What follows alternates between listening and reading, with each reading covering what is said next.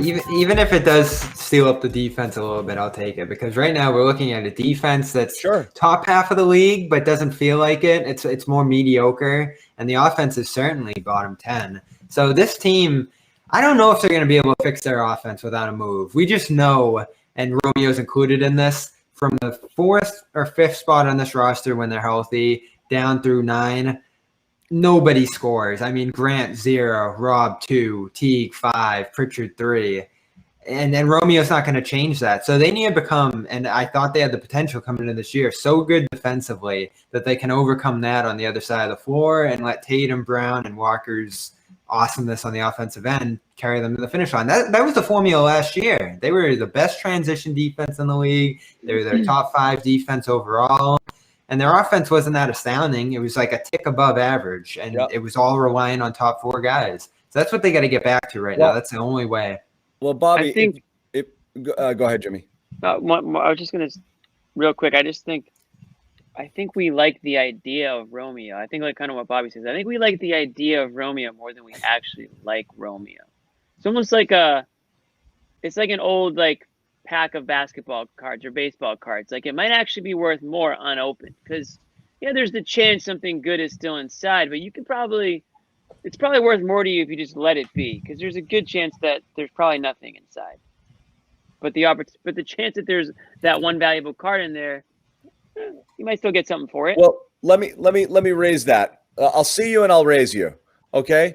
Now, if in Bobby's estimation and some fans' estimation, some people's estimation, you absolutely have to make a move here, and everybody's like, well, just trade Romeo and Nesmith. You know what? You can't freaking trade these guys unless somebody on the planet sees them play and thinks that they can play basketball. So at the very least, the reason to play Nesmith and Romeo right now is, who the hell gives a crap if you go 500 the rest of the year by playing Grant 15 minutes a game? You either have to prove that they're worthy of being assets to trade to someone, or show their worth to you. Not using them at all makes no sense to me, given where this team is at right now. This makes no sense. Well, Romeo just effectively played himself, or didn't play himself, out of a trade deadline trade, because it doesn't sound like, based on the protocols and all that, if he's out for another week or so, we don't know. He's gonna get what? I don't think it'll be the same as if he played a few games and did whatever. Right, but the point is, I don't think any team's gonna be like, yeah, I've seen enough. Yeah, we'll take him. You know what I mean? Like, they're not going to give anything for him. Put it that way. He's just a guy that would match his salary, and that would be giving up on him. Same with Nesmith. If you trade either of those 2 guys right now, you're essentially giving up on them. You're selling at probably the lowest point you probably could, and that's why another reason why I don't think Danny is going to do it, because he probably thinks that he can get more for these guys if he holds on to them. Right. And I feel the opposite. We were on the air there. How? We did our little thing on Tuesday, where we talked about exactly that. That was one of my main points. Was you're selling at an all-time low here. If you just throw them into a deal, you've given everybody nothing. I heard Ainge quote this earlier, but I do want to mention quickly to everybody here. So we did go live on Tuesday. I do recognize a lot of you follow us on YouTube. I don't know if you have your notifications turned on to know when we go live, but you will always get, we will always notify you on our Twitter account. So if you don't follow us right now, give us a quick follow at Celtics CLNS, and we will always promote in advance when we're about to go live, and we'll let you know. We'll take questions, but absolutely make sure you give us a follow at Celtics CLNS, and you will be notified every time we go live for one of those one-off shows like we did on Tuesday. We're certainly going to do stuff in and around the trade deadline, so it's not just after games. Yep. And we just hit 10K subs on CLNS. On YouTube, yeah. Definitely subscribe to our YouTube, but follow our Twitter as well, because we will tell you when we are going live. But go ahead, Bobby, you were saying? I was saying I heard Ainge quote this morning, and now it's getting thrown around on here and everywhere, this preparation to not do anything. And the reasoning is they need to see what they have in these young players. I mean, they're just not in a position to do that. When is Romeo going to get a frontline role on this team? And, possessions on the ball and just this usage that's going to fulfill him as a player. We're going to see the same thing again and again with these players coming off the bench. And this system in particular, the way they're playing right now, they're going to stand in the corner. They're going to occasionally get a shot here or there. And that's going to be it. Like, they can go to Maine and maybe work on some stuff next year. But, like, none of these guys are going to bloom into something special. And Nesmith, maybe because he plays more of an off-ball role, if they can continue to hit on that. But they're not. They're not playing him. They're not getting anything out of him, really. So what's this developmental curve that he's talking about with these young players? Could you get Romeo to be as good as Markelle Fultz was this year for Orlando before he got hurt? No, Fultz was a starting point guard on the ball all the time. What I'm saying is Fultz can't shoot from anywhere outside of 12 feet, okay? But, I mean, he's able to dribble. He's able to get to his spots, get off his shots. And I know he has a better pedigree. But, I mean, at the end of the day, I don't see any reason why you can't get some level of offensive production. I mean, what are you picking him for if after a year you're like, no, they can't play? They obviously saw something in them. And again, I'll go to year one Jaylen Brown. Year one Jaylen Brown looked like he had absolutely no chance of ever being anything other than a guy who could get some transition buckets and maybe play a little bit of defense, and that's it. Did anybody see a 40% plus three-point shooter competing in a three-point contest and a guy with a mid-range game who could improve his handle? Did anybody see that at all? Yeah, but Brown was the number 3 overall pick. Doesn't matter. Romeo would have been in a full healthy season, a top 5, 6, 7 pick. Again, Jaylen Brown went number 3 in a really weak draft because Ainge desperately wanted a wing, and he went there strictly because of his athleticism, okay? And he looked like nothing but an athlete and clearly evolved. You cannot give up on a player after a year.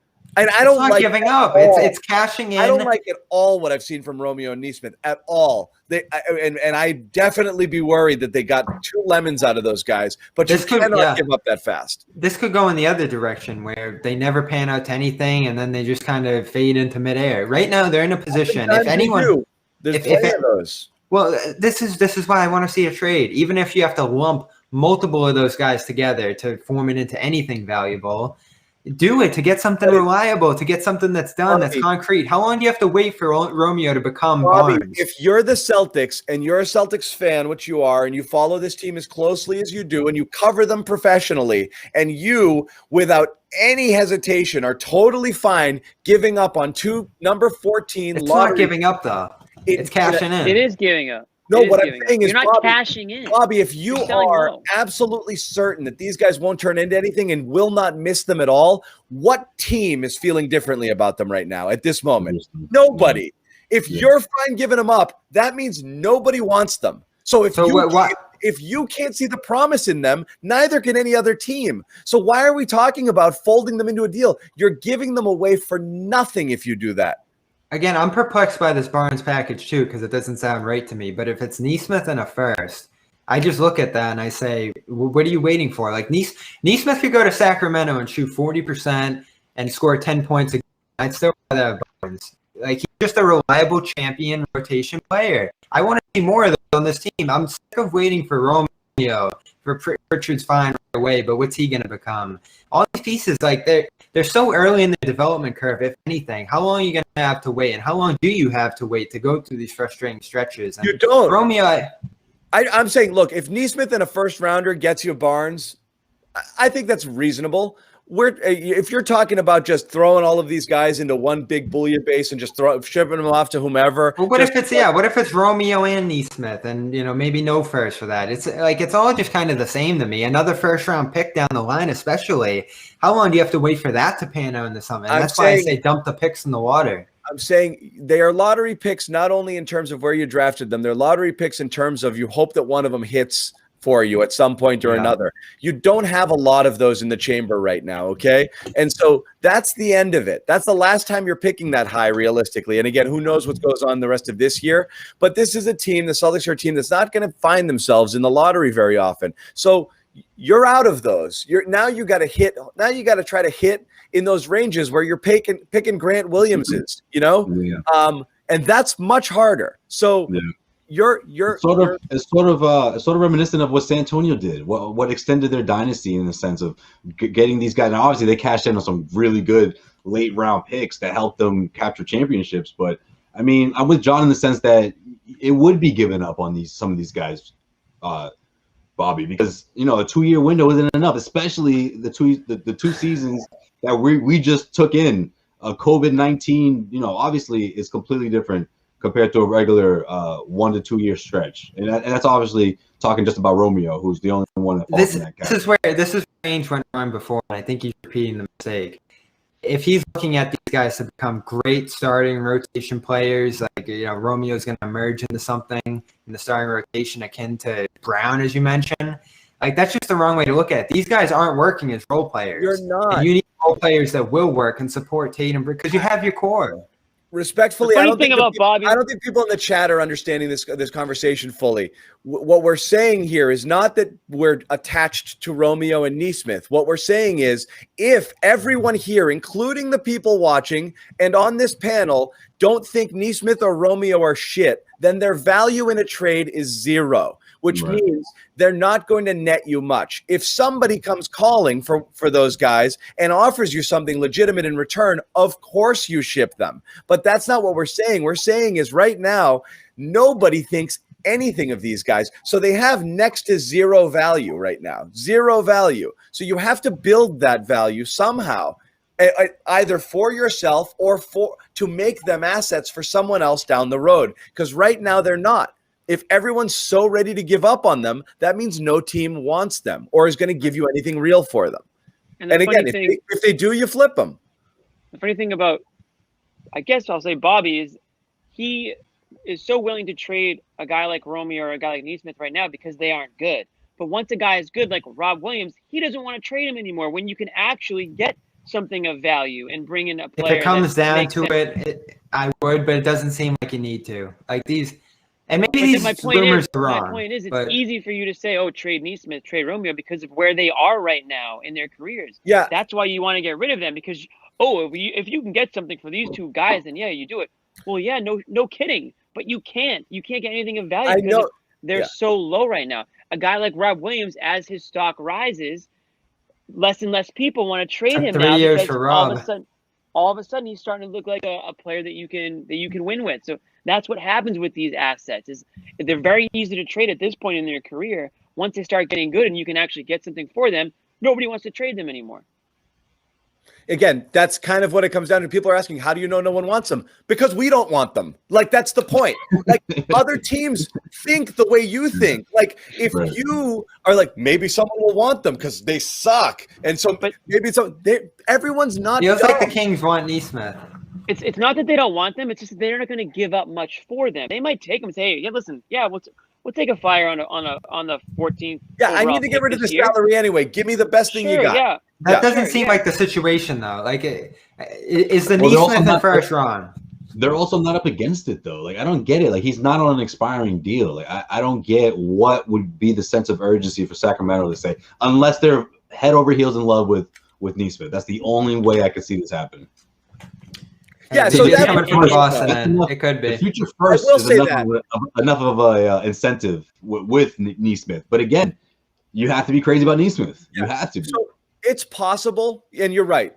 The outside chance is somebody scouted, a team out there scouted and had him high on years ago, and they loved it, right? And we talk about this with the Patriots a ton for another cross sports analogy. This is why Belichick loves going in for those first round reclamation projects who didn't work out at their first team. Patriots might have scouted them, realized they're never going to be high enough to get those guys on the board, but they would have drafted them absolutely if they had them and think if they bring them into their system, it's fine. There might be a team there who's like, oh, yeah, I had Nesmith high, and I think the Celtics aren't using him right, and I think we could make something of it. Of course, that's but they're possible. not going to have to give up a lot. That's that guy. They also know the scout that's watching that 15-point game that he had. Yeah. But they also know that his value is rock bottom right now because the entire world hasn't seen a freaking thing from him right now. And he's benched and he's relegated to 0 minutes a game. And that's what it is right now. Is a guy who's basically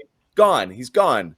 He's gone from the rotation on a team that has huge holes on their bench. You're not trying to crack a front top 8 or 9 that has a lot of good players. You're competing with Grant Williams and Semi Ojeleye for minutes, and he can't get one right now. Mm-hmm. Yeah, because they're not playing guys to showcase them. They're playing the guys that they think can give them the chance to win on those given games. And that's again, they don't have developmental minutes. You can play Romeo and Maine on the ball. They and do. That they don't have it. The guys you're playing in place of them aren't necessarily giving you anything. Well, it's going to be Brown, Kemba, Smart on a regular night. Maybe when there's injuries, but I don't know. There just doesn't seem to be core rotation minutes available here. The core of this team's here, and it's set. For Romeo, again, Nesmith's so weird because he was expected to be a role guy and thrive in that position. There's really not like a position you can put him in beyond like the plays that we talk about, call it set plays and that kind of stuff to bump him up. They've done what they can there. And again, you think teams don't see that? That's the problem. I'm confused by that package too with Zach, and maybe Barnes is just a worse player than I think he is. Yeah, that could be it. Makes no sense. If you're seeing it, Bobby, that all he is a guy who right now is terrified to put the ball on the floor, is going to run into a corner and stand there, and then if you run a set play for him or two, maybe he gets off an open shot, and that's the best you're hoping for there. If that's all he's showcased, I don't know who's going to come looking for that. And Romeo literally can't get out of his own way. So who's coming for him right now? That's not a minutes decision there. They can't control that. I can't hear Bob. Yeah, that's the only way I see it. If a scout was drooling over him during the draft, and they're like, look, if he was getting minutes, his value. Maybe that's Sacramento. This is a good way for us to steal him before he gets exposed, and his value is going to go way up. That's the only way. Guys, one of these Sacramento guys is crazy about him. Yeah, they're not practicing to this commenter here, and thanks for watching, Ramon. But this is the problem with this year, is there is no chance to develop outside of the games. It is really learn on the fly. They play too many games. They've practiced like 3 times this year, and so that's a problem. And this is another reason why Nesmith can't get into a rhythm, because he's not out there killing it in practice and getting acclimated to stuff. It's playing the game or nothing. And it's a tough environment for a rookie right now. Yeah, for sure. But what did he do to get yanked? I don't know. You say he stood around and did nothing. He didn't play well. That's all there is to it. He didn't. And I was advocating for it as much as anybody. He didn't play well. Again, this isn't Rob. Rob comes in and kills it. He did. Yeah, but you make it sound like hard, but he grew up a dud every single time. He had a couple of good games. I mean, what's a good game for someone like Aaron Nesmith? That's in true. This position? That is true. In this position for a rookie, especially of his stature, who hadn't touched a basketball or played ball in almost a year. That's what I'm talking about. No one can get the Markelle Fultz role on this team. You get what you get. And maybe, this comes down to Steven's system and the issues we've talked about offensively a little bit this year too. It's not great for getting guys involved off the ball and in an active way. And that's what we saw again tonight to kind of wrap it.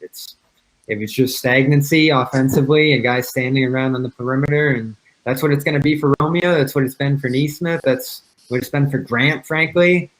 So it's not a great system to jump into for these young guys either, frankly.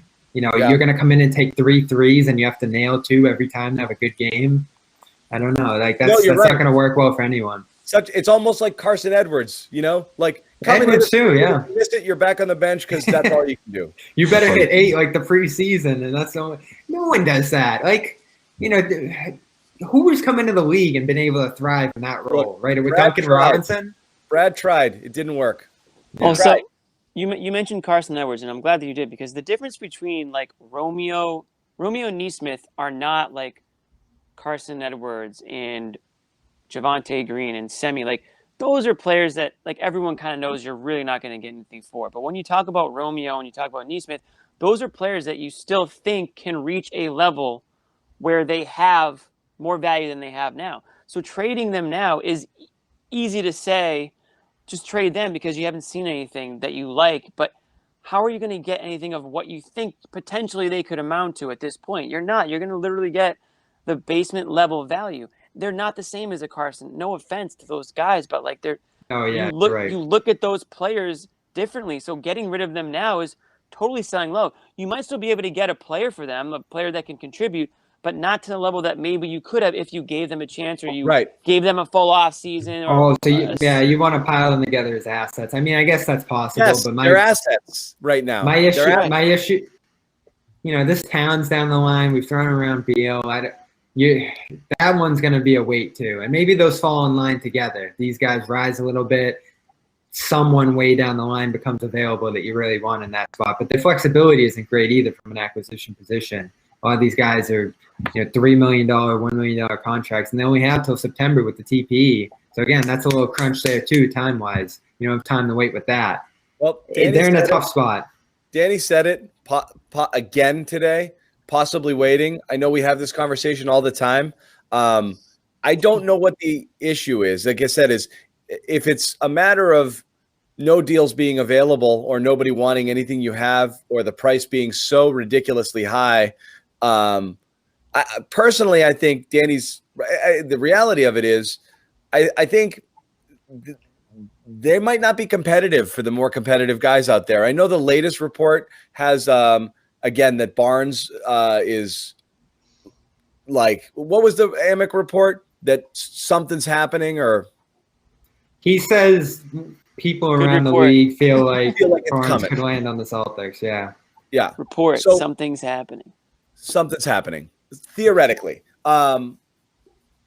Again, I don't know, and we're hearing Nesmith in a first. Again, I think if that happens, you walk Nesmith right out the door, hand him the first round pick, and say thank you. No doubt you do that if that's real. But I don't know if that's real or not. I guess, but then again, you have Harrison Barnes. Great, good player, like Bobby said, and like Josue said, former champion, all that stuff.